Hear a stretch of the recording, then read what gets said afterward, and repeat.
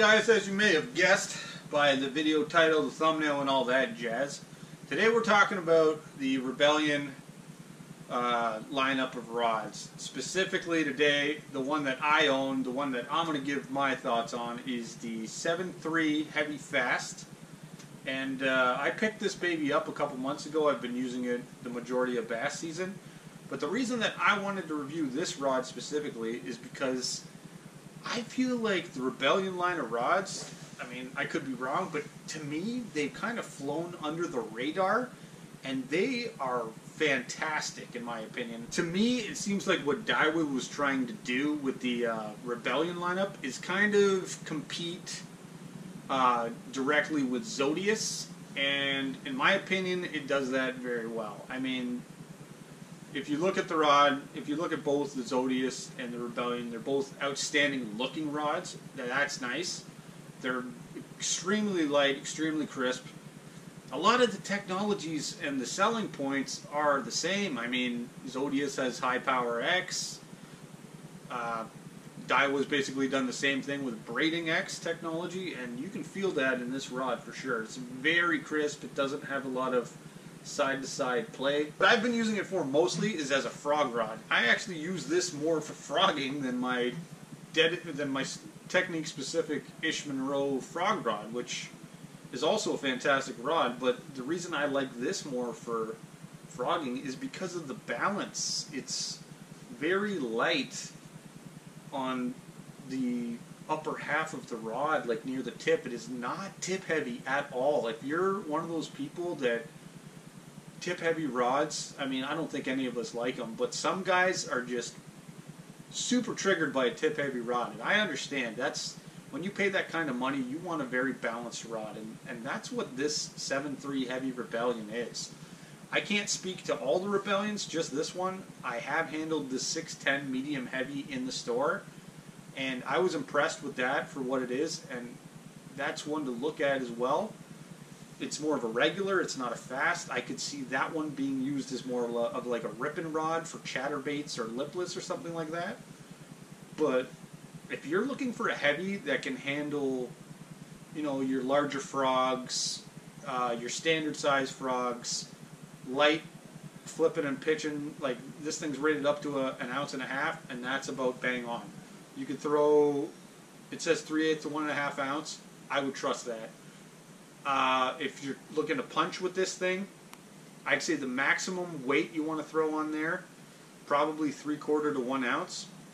If you throw any heavier than that, once you start adding the hook and the plastic, it's going to overpower the rod. You're not going to be able to make good pitches, good flips. But for up to 3/4 or 1 ounce weights, this works fantastic for that too. It is super sensitive. I mean, again, comparing it to my Untitled Elite AGS, it's pretty sensitive. It's not as sensitive because it doesn't have the AGS guides, but you're also not paying the AGS price, and you get SIC guides. I mean, come on now. SIC guides have been proven for years. They're fantastic guides, and they're more durable. The AGS still scares me a bit, I'm not going to lie. They don't seem to be the most durable thing. They come with a booklet of ways to keep them from breaking. These SIC guides, I don't have to worry about them. So that's pretty outstanding to me. This is more of a workhorse rod to me. If I had to go back in time and like pick which rod I'd buy, this or the Untitled Elite AGS, and don't get me wrong, I am super happy that I have that Untitled Elite AGS. But if I had to pick and I had serious budget limitations, the Rebellion for a heavy rod is a no-regret purchase. There's nothing about this rod that you're going to kick yourself for. It is fantastic. It is super light. I can frog with this thing all day, sitting down, standing up in the kayak. I can frog with this all day, and I have no fatigue. And it's got the power. All right, I'll just give you guys the close-up of the goods here, without the reel on, so you can get a good look at the aesthetics on this rod, which are fantastic, and it's holding up so well to use and wear. I mean, it looks, the foam is a little bit it's got some impressions in it and some obvious work marks, and that's from hard fishing, and it still looks fantastic. So if you're worried about durability on this thing and keeping an outstanding looking rod looking outstanding for the long term, this rod is really easy to do that on. So would I buy the Daiwa Rebellion 7.3 Heavy again? Yes, 100 times yes. It is just, in my opinion, the Rebellion lineup, from what I've seen so far, one of the better values in the bass fishing world right now. And it is just, like, it makes me wonder why I would pay more, just because it has everything I need. It's an amazing blank. It's a beautiful rod. It performs well. It's got the power that a heavy rod needs to do heavy rod stuff, and it just, honestly, it's fantastic. Fantastic performance versus price. And honestly, I've bought some rods where I'm like, I'm not so sure. Oh well, let's use it anyways. That's not the feeling I get with this rod. The feeling I get with this rod is, you nailed it. You absolutely nailed it. You're going to use this for years, and no regrets. Like I've kept saying, no regrets. And that's why I think the Rebellion lineup is just freaking outstanding. Like, and you don't hear as much about it. You hear some. There's obviously some stuff on YouTube, but there's not a lot of reviews, and that's why I wanted to make this one.